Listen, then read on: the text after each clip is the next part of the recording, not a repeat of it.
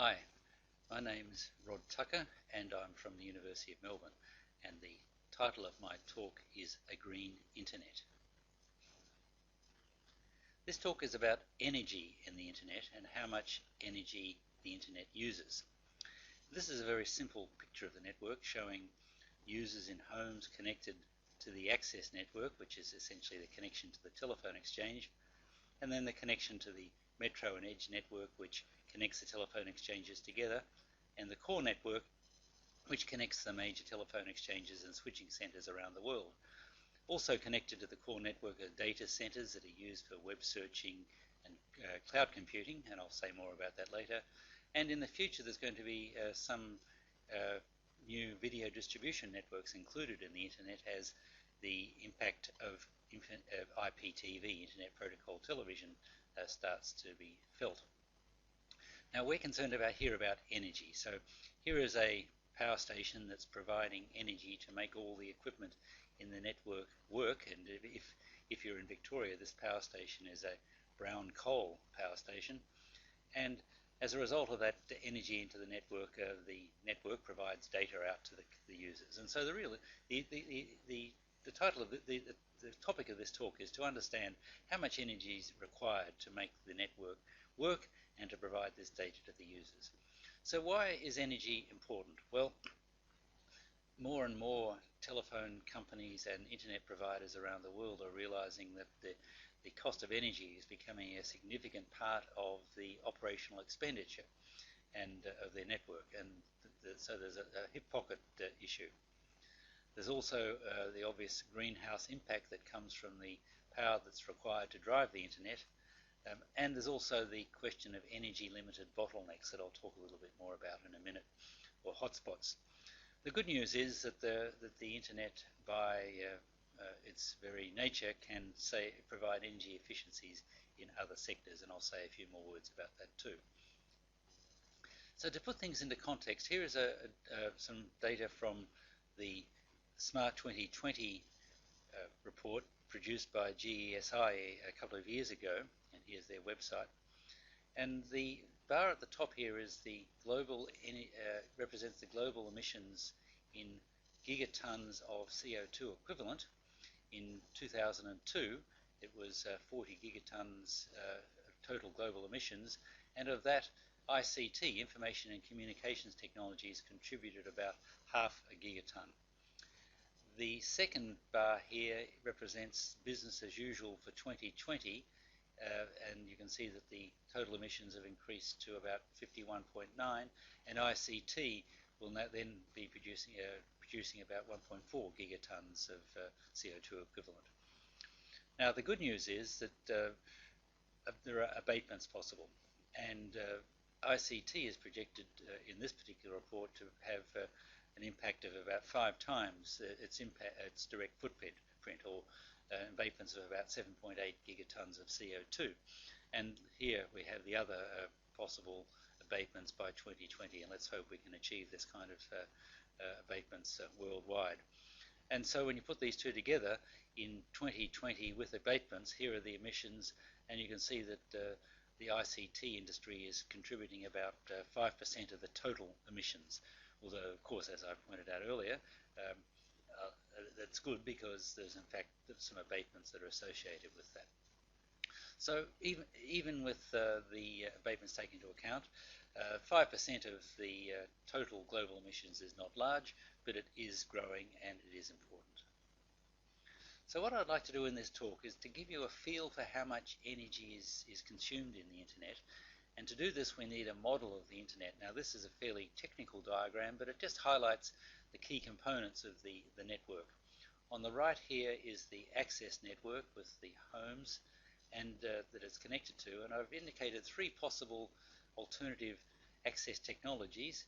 DSL, or digital subscriber line, which is used in fact quite extensively today, with copper pairs of wire connecting the user to a DSLAM, so-called DSLAM in the telephone exchange. The second one here is fibre to the premises, which is the kind of technology that's going to be rolled out in the Australian National Broadband Network, with fibre from the telephone exchange in a box called an OLT to a splitter in a cabinet, and then optical fiber to the user modem connecting to the user. Another alternative is a so-called fiber to the node, FTTN, which was at one stage considered as an option for the national broadband network in Australia. And in that particular model, a DSLAM is placed in a cabinet in the street. But that does require power in the street, which does increase the energy consumption.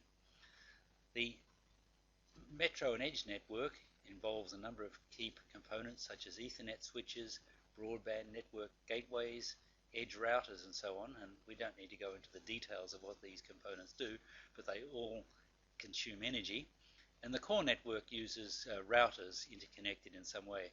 And these green lines on this diagram throughout the diagram represent optical fiber transmission systems. And here's a spool of optical fiber. And this represents an optical fiber amplifier. Here is a data center which has a storage unit, a server, and a router connected to the core network. And here is a video distribution network of the kind that might be used in the future to distribute IPTV, again with storage and servers and a series of routers connecting, in this case, to the metro edge network. In the network, there are some key components such as these routers in the core network and servers and routers in the data center that consume large amounts of energy, and these are often considered to be problematic from the engineering point of view, because one needs to get power into these devices and extract the heat. And these are hotspots, which are an engineering challenge in the building of the network. So before we get into numbers for today's network, let's have a quick look at some historical data. And this graph shows the energy consumed in transportation of data across the Atlantic, and the vertical axis is the energy per bit per 1,000 kilometers traveled. So that's the energy consumed for a bit of data as it travels over 1,000 kilometers. And that's plotted as a function of time from the early days of the telegraph in the 1860s up to the present day, 2010. And the first transatlantic system using Morse code telegraph consumed about 1 joule of energy per bit of data. The early wireless systems, for example, the Marconi transatlantic systems, used more than 10 to the 4 joules per bit, a huge amount of energy, but more recent technologies have, of course, improved. And I'd really like to focus on this region here.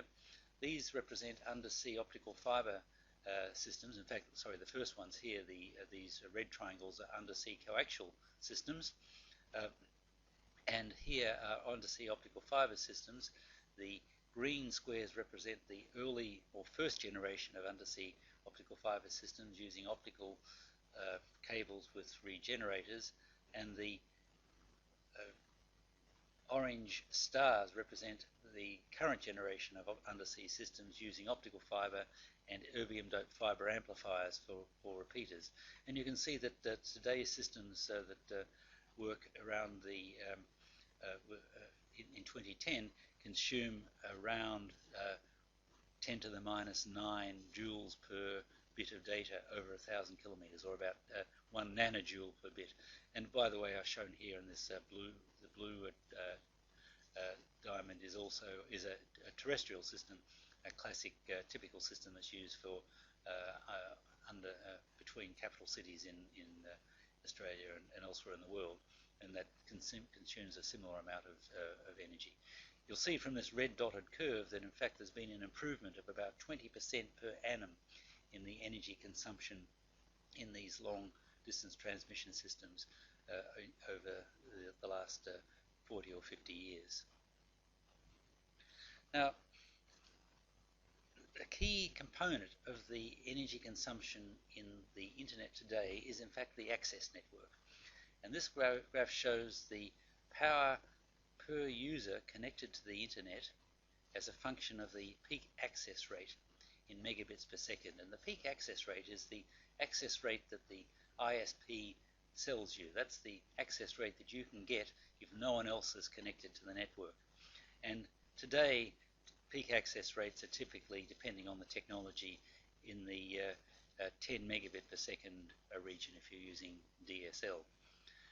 Now the blue line at the bottom here represents the power per user for fibre to the premises technology, the kind of technology that's going to be used in the national broadband network in Australia. This number M, this M represents the oversubscription, which is the number of users that share the bandwidth. And with fibre to the premises, you can get up to 32 customers, all with a individual access to almost 100 megabits per second. And beyond that, it's necessary to have fewer customers or a larger oversubscription of that data. The brown curve here represents a fibre to the node network of the kind that might have been used in the national broadband network, and it uses about twice as much energy or twice as much power per user. The pink curve here represents the energy or the power consumption per user for hybrid fibre coax, the systems that's used in Melbourne and Sydney today. And if 10 people share the bandwidth, if M is equal to 10, then the power is about 10 watts, 10 to 20 watts. And if one uses a system with M equals 1, then the power consumption per user is a lot larger. And finally, up here on the left, I've shown in blue the data for wireless, and you can see that wireless access consumes considerably more power than the other technologies, starting at about 20 watts per user for low access rate, and then rising up almost to 30 watts at large power levels. The important conclusion here is that fibre to the premises, the technology fortunately we're using in the national broadband network, is the greenest and also has the greatest potential for very high capacity. Because the energy consumption of the network is so dominated by the access network, it's really important to consider low power states in the user modems, and the European Commission has put together a code of conduct on energy consumption of broadband equipment, and there's an extract from the draft here.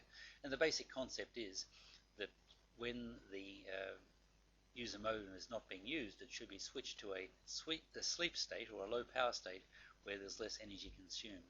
And this particular extract shows the low power state here, which is uses of the order of half, which is about half the power of the on state. Although in future drafts it's expected that there will be even tighter requirements on the low power state. And if one uses this low power state very effectively and switches off the modem whenever it's not being used, then there's a large potential for saving, because in most users' homes there is not data being uploaded or downloaded all the time. Now, in order to get a picture of the energy consumption in the entire network, it's necessary to look at the energy consumption of all the various components in the network, and I showed you on an earlier slide what some of those key components are.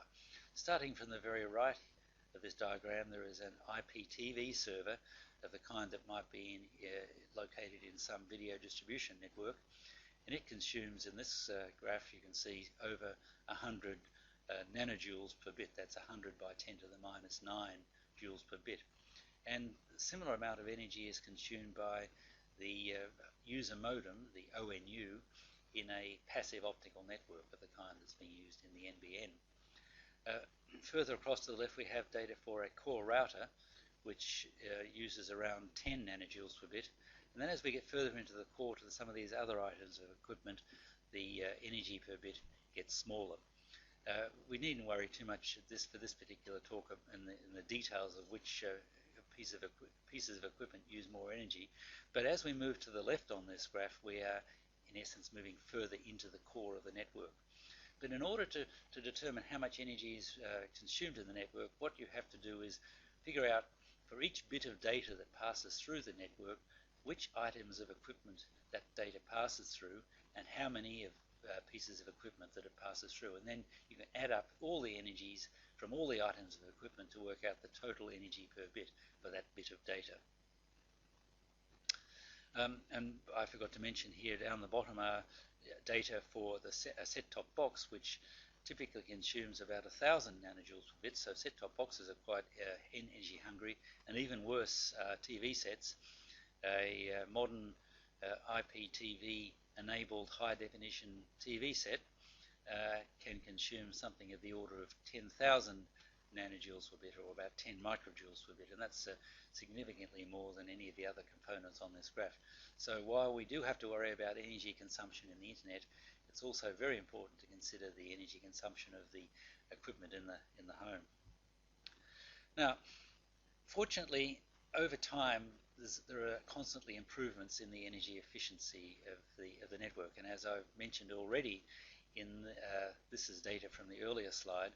The transport energy in undersea cable systems has been improving at about 20% per annum over time, and there's every indication that this trend could continue.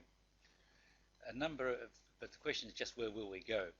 A number of researchers have been looking at data in equipment in the telecommunications network, starting with Nielsen in 2006, about 4 years ago, and after a lot of looking at many pieces of equipment in the literature, he came to the conclusion that the improvements in routers, the core routers in the network, also improve at about 20% per annum, about the same as the improvement in this transport energy in undersea cable systems.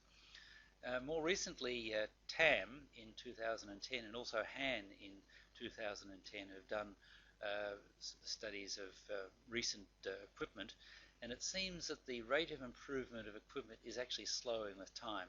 TAM came up with a number of 13% per annum, and Han with a number of 15% per annum. So while it has been an improvement of about 20% per annum for some time, perhaps this is slowing.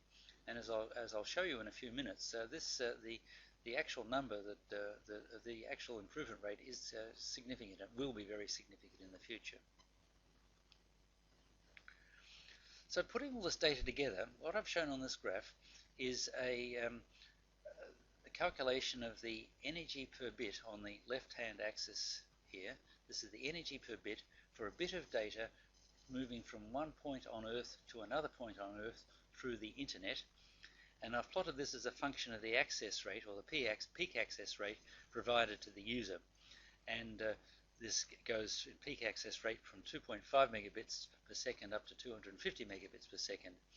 And assuming that the access rate grows at about 40% per annum, which is consistent with what's the data from recent data from internet growth, and taking into account that today in 2010 the access rate is about 3 megabits per second, we can plot on this horizontal axis the time scale showing that in 2020 the peak access rate will be in excess of 100 megabits per second.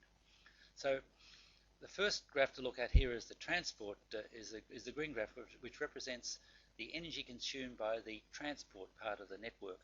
That's basically the undersea cable systems and the terrestrial optical fiber systems.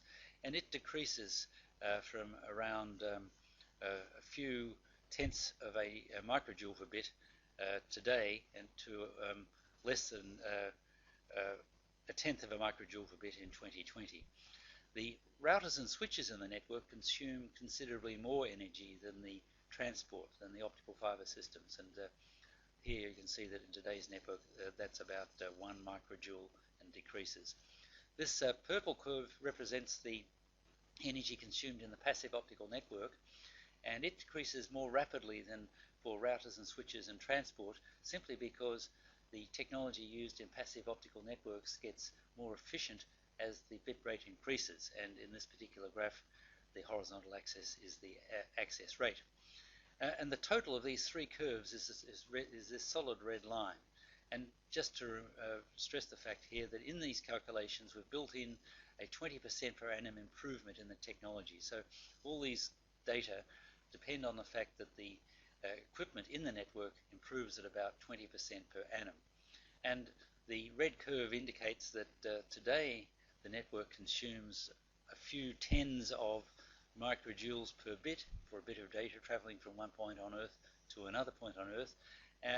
But in 2020 that'll be significantly better, maybe 2 orders of magnitude better, of around or a bit less than 1 microjoule per bit. And the vast majority of this improvement is coming because of this 20% per annum improvement in the core routers, and the fact that the passive optical network becomes more efficient as the bit rate gets higher. The broken red curve here represents the energy consumption per bit if we use just 2010 technology. In other words, if we continue to build a bigger network over the next 10 years, but don't use any better technology than is available today. And you can see there's still an improvement, but it's not so rapid. And by the way, this data is based on the assumption that there are 20 hops in the network. In other words, in sending a bit of data from one point on Earth to another, it passes through 20 separate optical fiber links and 20 routers.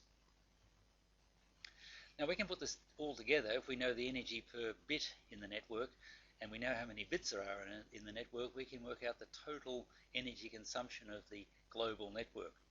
So the graph, what this graph shows is the global network power consumption in watts, again as a function of the peak access rate, with a time frame shown 2010 here and 2020 here. Now today, in 2010, there are about 1.2 billion users on the network, and they're increasing at about 10% per annum. So this graph is based on the assumption that the number of users on the network grows at 10% per annum, and that the access rate grows at 40% per annum. And now the total power consumed by the transport network, by these routers and switches, is growing with time because there are more and more people on the network and there's more and more data. The passive optical network stays about the same, and the red line represents the total power consumption of the network. Again, all of this is based on the assumption that there is a 20% per annum improvement in the core technology. And the interesting thing is that this 20% per annum improvement in energy efficiency enables us to hold the line, because the total energy consumption of the network stays about the same, at about 2 times 10 to the 10 watts. And on the top of this graph I've shown here the 2010 global electricity supply, which is about 2 terawatts, 2 by 10 to the 12 watts. So what this graph shows us is, taking into account all the assumptions I've talked about, that the electricity consumption of the network is about 1% of the global network, of the global electricity supply, and will stay about the same, provided there is a 20% per annum improvement in all the underlying technology in the network. Now there's a problem here, because the network, even though the latest equipment improves at 20% per annum, the equipment in the network often lags behind the latest equipment, and it depends on how rapidly one replaces the equipment in the network. Let's consider an extreme example where there is no improvement in the underlying technology in the network. And this red dotted line shows the global network power consumption if there's no improvement in the energy efficiency of all the technology. And you can see that what happens is in 2020 or maybe 2025 out here somewhere, the total power consumption of the network starts to approach the total global electricity supply, normalized to, or at least referred to, 2010. And this is clearly not sustainable. And the $64 billion question is, how can we, what can we do in terms of improving the energy efficiency of the network? 20% is probably a very optimistic number. It'll be less than that, and the question is what energy efficiency improvements can be achieved. Now I'd like to say a few words about cloud computing, because cloud computing is an increasingly important way of undertaking computing, and there are many companies out there now beginning to provide cloud computing services. The idea with cloud computing is that the user, maybe a home user or an office user, has a computer and some storage, but there is also computing and storage and processors provided either on the internet via enterprise centers or maybe public centers, and data moves from these data centers through the network to the user at the home. And some of these data centers could actually be quite efficient and also be close to renewable sources of energy. And this entire network, including the data centers, is often referred to as the cloud, and hence the term cloud computing. Now the idea would be that maybe rather than using an energy consuming computer in the home, the user might instead use a low power computer in the home, and instead rely on either an enterprise or public data center to provide computing services. And what we've done is, in our group at the University of Melbourne, is try to get an understanding of the trade-offs between computing in the home or the office and computing in the cloud from an energy perspective. And what we've done is worked out the total energy consumption of various activities using cloud computing.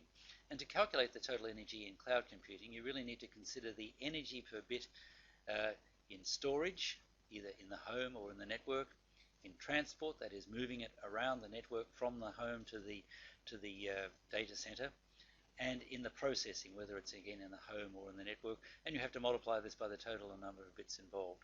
And when you do this, you can get a picture of the total energy consumption of the entire network. And here's one example of calculations using this type of approach. What we've shown here is the average power consumed in watts for a user that's doing video encoding, and the horizontal axis is the number of encodings per week. And we've assumed that this user does computing for about 20 hours per week, and some video encoding of half-hour videos, and these video encodings is represented here on the horizontal axis. This is the number of encodings. Now, if one uses an older computer, you can do all of that at home, and it uses a few more than 100 watts. Modern mid-range computers can operate at around 80 watts, which is more efficient, and alternatively one could use a low-end computer and use cloud computing for outsourcing. And with a low-end computer, if you use a low number of encodings per week, the energy consumption is quite small, but as you use more encodings per week, because more and more data is transported across the network, the amount of energy increases. And interestingly enough, in this region here, transport energy dominates, which basically says that you'd be better off to use a medium-range computer in your home than to use cloud computing. So there are many models and many examples and many services that can be provided by cloud computing, but what this demonstrates is that at least in some circumstances, cloud computing is in fact less energy efficient than using an efficient modern computer at the place where you want to do the computing. Now, I'd like to give an example of how transport energy compares on the internet with other forms of transport. And I recently did a business trip to Auckland in New Zealand, and I used this example to show how air travel compares with internet. So if I wanted to consider sending a large amount of data from Melbourne in Australia to Auckland in New Zealand, and the number I picked here was 3 by 10 to the 5 32 gigabyte flash drives. If I took that number of flash drives, which corresponds to 10 to the 7 gigabytes, and if I wanted to send that data from Melbourne to Auckland, I could do it by loading it into postage trucks and then putting all these flash drives into the cargo hold of a 747 cargo jet and fly that to Auckland. And if I did it, it would produce about 2 by 10 to the 4 kilograms of CO2 and take about 24 hours, or about 40 nanojoules per bit. If I sent the same data over the internet, and let's assume that we have an internet which has got a bandwidth of 1 terabyte, 1,000 gigabits per terabit, I should say, 1,000 gigabits per second, and that would take about 24 hours, the same amount of data, 10 to the 7 gigabytes. This would consume about 2 microjoules per bit and would produce about 10 to the 5 kilograms of CO2, which is in fact 5 times more than if I sent the data by cargo jet. So this is a rather surprising result, and what it says is that if you have a large amount of data, you don't need to have it sent instantaneously, then you might be better off sending it by air cargo than via the internet. Quite the opposite conclusions come when you consider video conferencing. And I think video conferencing is clearly going to be a very important way of saving energy in the future and reducing greenhouse gases from travel. And here is an example of a Cisco video conferencing system, which hopefully will be the kind of equipment that we might use in future virtual conferences like this one. And if I was to do the same trip to Auckland that I talked about before and travel to Auckland by air for a business meeting, that would produce about 300 kilograms of CO2 equivalent per person for a return trip. But if I did this instead by video conferencing between Melbourne and Auckland, and let's say it was an 8-hour video conference and consumed about 4 terabytes of data, or required about 4 terabytes of data to be transmitted from Australia to New Zealand, that would produce about 5 kilograms of carbon dioxide per person. So there is almost a factor of 100 improvement in the greenhouse impact of business travel if you can do it by video conferencing rather than going by aircraft. This is a little calculator that I've put together to determine whether I should be traveling or teleworking for various activities.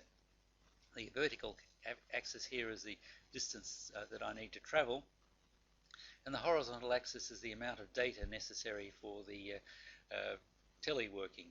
And this amount of data is given as a bitrate time product, and down here at the low end, megabits per second times hours, or for very high amounts of data, gigabits per second times hours.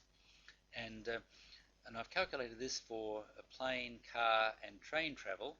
And then if I plot a point on this graph indicating the distance that I need to travel and the amount of data, for example, that my trip to Auckland, if I lie above these curves, then I would be best to use video conferencing, and if I lie below these curves, I'd be better off to travel. So for my trip to Auckland, which I in fact used aircraft to get there, I would have been better for the environment if I'd used teleworking. Now I often work from time to time I work from home and communicate with my students at the University of Melbourne by email, and often share a number of large files, some megabits per second per over the few hours that I'm using them. So here's a point for my daily work, and clearly what this suggests is that I'd be better off to telework and not travel to my office as often as I do, even if I was to go by train or public transport. However, I do travel to work most of the time by bicycle, which is a very energy efficient way of travelling. And in fact, since I'm below that curve, I'd be better off to travel to work than I would be to work from home. So I'd like to just finish off now with some statements about how one should build a more energy efficient internet, and this is something that we really need to focus on in the coming years. First of all, because the access network is such a dominant part of the network in terms of energy consumption, there needs to be a focus on the access network and the customer premises equipment using fibre to the premises technology, like in the National Broadband Network, sleep modes for the terminals and so on, and there needs to be a lot of focus on keeping the energy consumption down in set-top boxes and TV sets and so on. It's also important to reduce energy losses and overheads in the network, such as high-efficiency optical transmitters and receivers in the undersea cable systems and so on, and to reduce the energy consumption, power consumption in routers. It's also important to match the applications to the infrastructure, and by this I mean it's important to make sure that the applications you're using over the internet is used in a way which is energy efficient. And part of this would be to use cloud computing with care, only to use cloud computing where it in fact does create an energy saving. And finally, it's pretty important in the network to operate at high utilization. In today's internet, many items of equipment such as routers sit for many hours of the day, especially at night, consuming energy but not handling much data. And so there's a need for better traffic engineering and sleep modes and so on in the core network to improve the energy efficiency. Now finally, I'd just like to say a few words about the Green Touch initiative. This is a global consortium that was launched in January this year, and you can get information about this at www.greentouch.org. This is a consortium that's planning to do research and development work that will improve the energy efficiency of the internet by a factor of up to 1,000 by the year 2020. And there are quite a few founding members, including the companies and universities mentioned here.